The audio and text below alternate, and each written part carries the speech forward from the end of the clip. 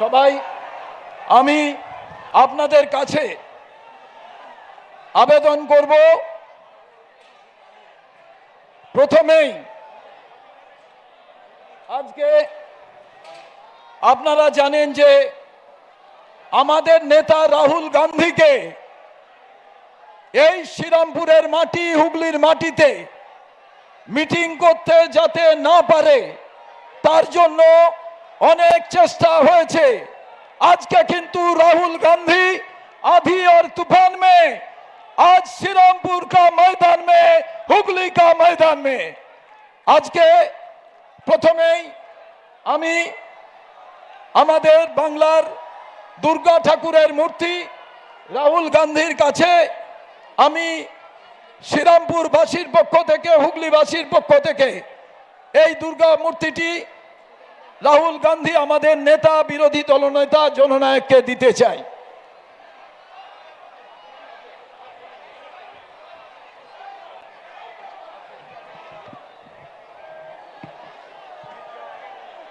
Congress party, हाथ उठाओ, हाथ लगता है ना इलेक्शन है। कांग्रेस पार्टी,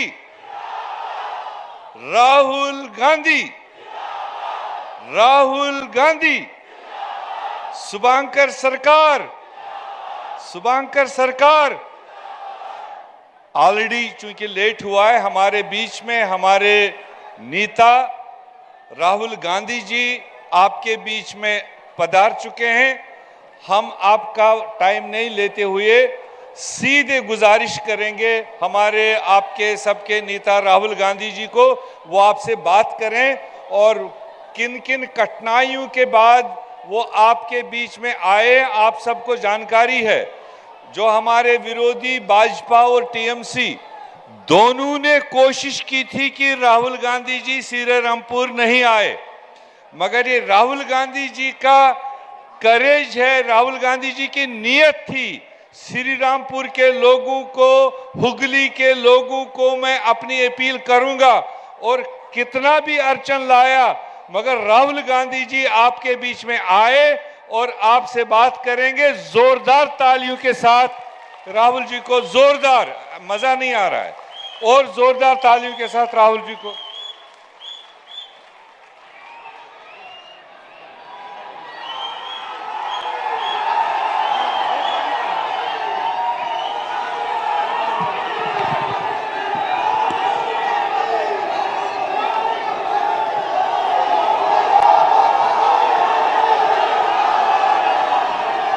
गुलाम अहमद मीर जी, शुभंकर सरकार जी, प्रदीप भट्टाचार्य जी, अजय राय जी, किशोरी लाल शर्मा जी, प्रकाश जोशी जी, मुखोपाध्याय जी, केशर सिंह जी, प्रतिम जी, शाबिर अली जी, स्टेज पे कांग्रेस पार्टी के वरिष्ठ नेता, भाइयों और बहनों, प्रेस के हमारे मित्रों, आप सबका यहां बहुत बहुत स्वागत, नमस्कार। कैसे हैं आप लोग?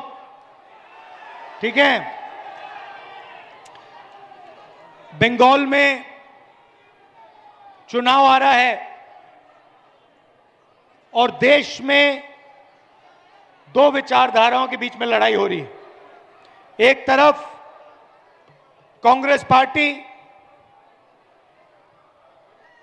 संविधान, एकता और भाईचारा, और दूसरी तरफ बीजेपी, आरएसएस, नफरत, हिंसा और अहंकार। इन दोनों के बीच में लड़ाई हो रही है।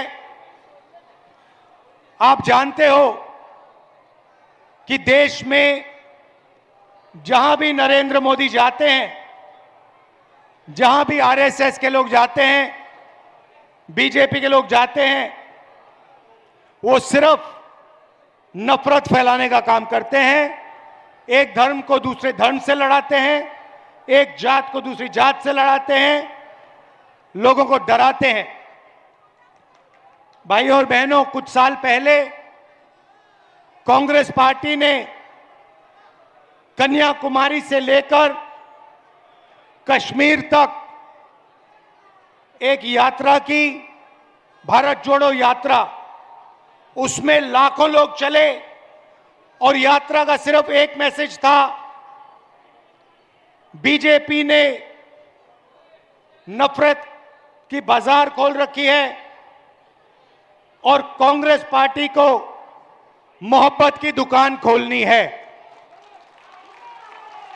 ये हमारी विचारधारा है। इस विचारधारा से देश आजाद हुआ, संविधान आया और देश मजबूत हुआ। भाइयों और बहनों, नरेंद्र मोदी बड़ी बड़ी बातें करते हैं, मगर डोनाल्ड ट्रंप जो है अमेरिका का राष्ट्रपति, वो नरेंद्र मोदी को पूरी तरह कंट्रोल करता है। पता नहीं आपने देखा या नहीं, लोकसभा में डिबेट हुई, मैंने नरेंद्र मोदी के बारे में 2-3 चीजें कही और नरेंद्र मोदी डर के लोकसभा से भाग गया।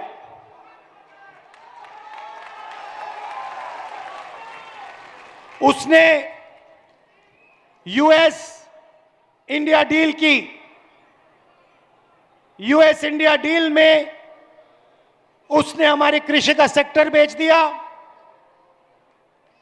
स्मॉल और मीडियम इंडस्ट्री बेच दी, एनर्जी सिक्योरिटी बेच दी और देश का पूरा डेटा उसने अमेरिका के हवाले कर दिया।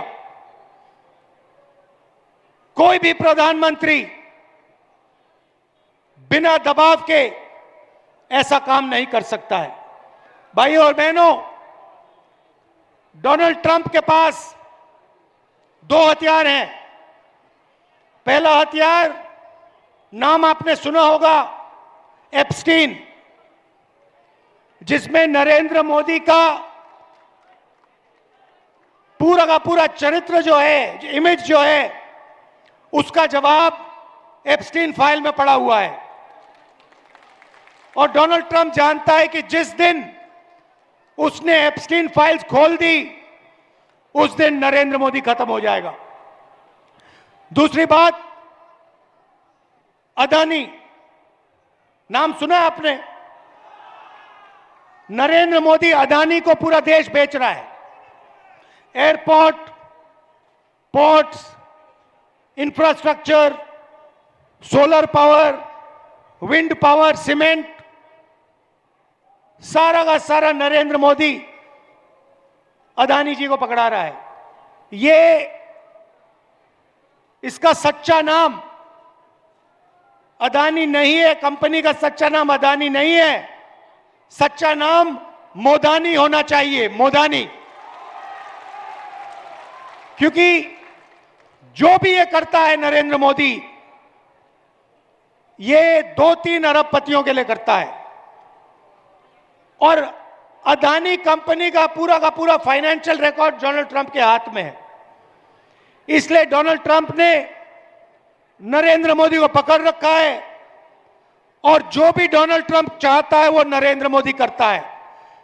अगर नरेंद्र मोदी कहता है, अगर डोनाल्ड ट्रंप कहता है नरेंद्र मोदी जंप मारो, झटके से नरेंद्र मोदी जंप मारता है। अगर नरेंद्र मोदी को डोनाल्ड ट्रंप कहता है जाओ इजराइल जाओ, 2 मिनट के अंदर नरेंद्र मोदी इजराइल पहुंच जाता है। तो सबसे कहते हैं कि ये देशभक्त हैं, मगर इनका पहला काम देश को बेचने का है। सही बात? ये बंगाल का हर व्यक्ति जानता है। और पिछले 10-12 साल इनकी सरकार ने गरीबों के लिए कुछ नहीं किया। जो भी ये करते हैं अरबपतियों के लिए करते हैं, अदानी अंबानी जैसे लोगों के लिए करते हैं। ये पहले इंडस्ट्रियल एरिया हुआ करता था, यहां पे जूट मिल्स हुआ करते थे, यहां पे इंडस्ट्री हुआ करती थी। कौन लाया था? कांग्रेस पार्टी लाई थी। और आज की सच्चाई चाहे ममता जी हो, चाहे नरेंद्र मोदी जी हो, इनको रोजगार से कुछ लेना देना नहीं, इनको इंडस्ट्री से कुछ लेना देना नहीं। ये सिर्फ सत्ता चाहते हैं, जनता के लिए काम नहीं करते हैं। नरेंद्र मोदी जी ने नोटबंदी की, गलत जीएसटी लागू कर दी, और देश में जो भी छोटी छोटी कंपनियां थी, कारखाने थे, इंडस्ट्री थी, उन सारों को जानबूझ के नरेंद्र मोदी ने खत्म कर दिया, मार दिया। और जो काम नरेंद्र मोदी हिंदुस्तान में कर रहा है, वही काम टीएमसी और ममता जी आपके बंगाल में कर रही है। आप देखिए, सबसे पहले नरेंद्र मोदी जी जनता के लिए कुछ नहीं करते, 2-3 अरबपतियों के लिए काम करते हैं, और पूरा का पूरा फायदा या नरेंद्र मोदी को जाता है या फिर बीजेपी के नेताओं को और बीजेपी के संगठन को जाता है।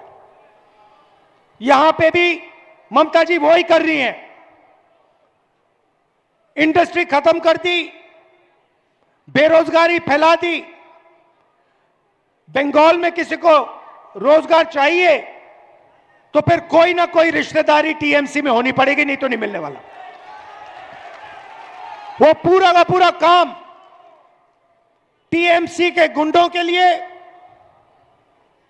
टीएमसी के लोगों के लिए करती हैं, और जनता को कोई भी मदद नहीं करती। यहां पे पहले एम्बेसडर कार बनती थी, हिंदुस्तान मोटर्स की फैक्ट्रियां थी, यहां पे इंडस्ट्री का सेंटर था, सिर्फ कलकत्ता नहीं, बंगाल। और उस सारे के सारे को पहले लेफ्ट फ्रंट ने और उसके बाद ममता जी ने खत्म कर दिया है। भाइयों और बहनों, कहना नहीं चाहिए, मगर अगर नरेंद्र मोदी जी भ्रष्टाचार करते हैं तो ममता जी भी उनसे कम नहीं है। आप देखिए, टीएमसी पार्टी ने शारदा चिट फंड स्कैम किया, रोज वैली चिट फंड स्कैम किया। शारदा स्कैम में 1900 करोड़ रुपए, 19,000 करोड़ रुपए जनता से चोरी किए। रोज वैली चिट फंड में 6,600 करोड़ रुपए चोरी किए। कोल स्मगलिंग स्कैम किया, इलीगल माइनिंग करते हैं, और गुंडा टैक्स पूरे बंगाल पे उनका लगता है। और जो हिंसा नरेंद्र मोदी जी बाकी हिंदुस्तान में करते हैं, वैसी ही हिंसा टीएमसी के गुंडे कांग्रेस पार्टी के लोगों के खिलाफ करते हैं, हमारे लोगों को मारते हैं। ममता जी ने बंगाल से वायदा किया था कि 5 लाख लोगों को वो रोजगार देंगी। 2021 में यह वायदा किया था ममता जी ने। आपको क्या रोजगार दिया? यहां पे कोई है जिसको ममता जी ने रोजगार दिया है? बिल्कुल नहीं।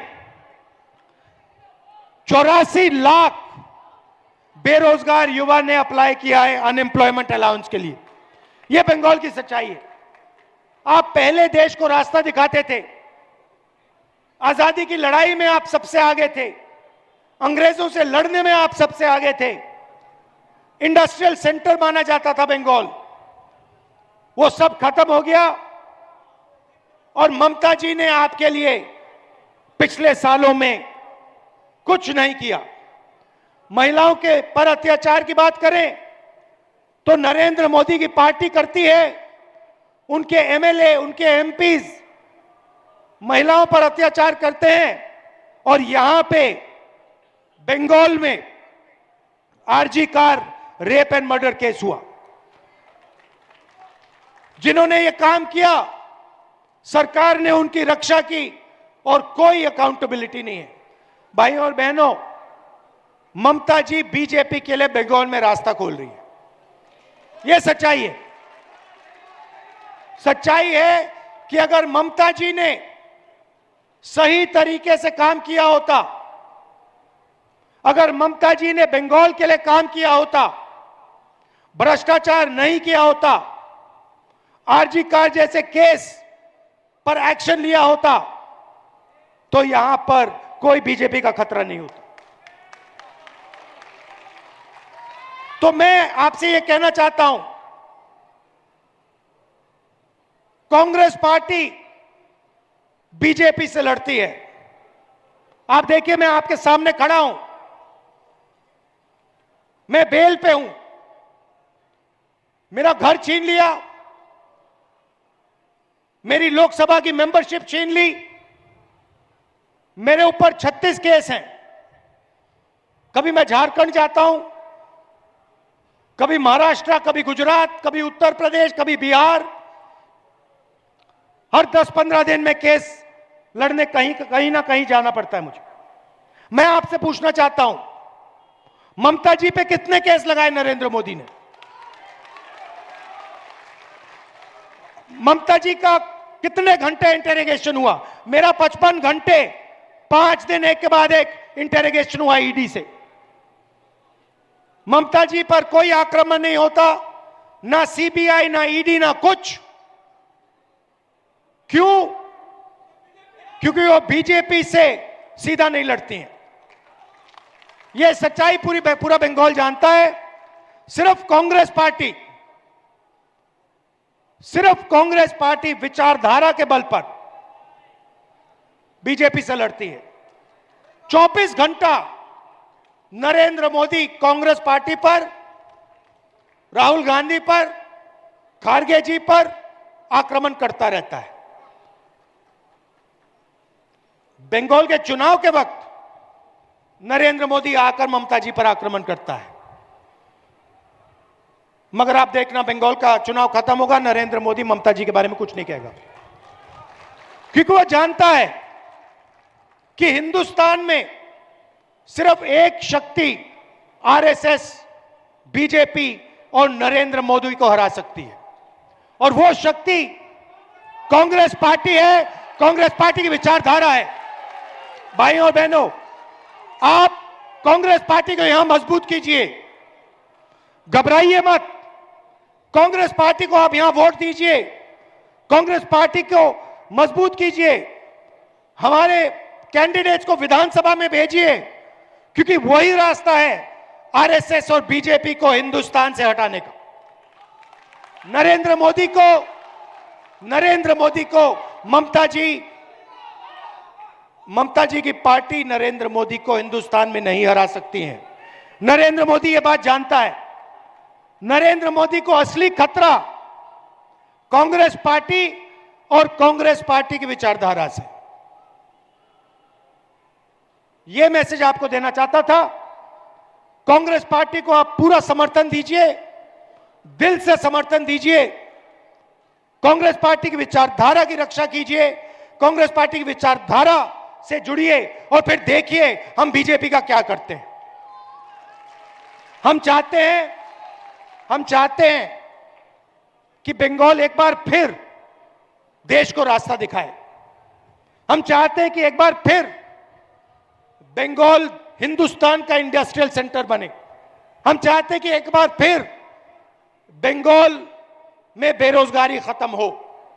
इसीलिए आप कांग्रेस पार्टी को समर्थन दीजिए। यहां पे शुभांकर जी हैं, आइए जरा। ये पूरे दम से लड़ते हैं, बीजेपी के खिलाफ लड़ते हैं। इनका पूरा समर्थन कीजिए, इनको जिताइए और कांग्रेस पार्टी की यहां सरकार लाइए। बहुत बहुत धन्यवाद। नमस्कार, जय हिंद।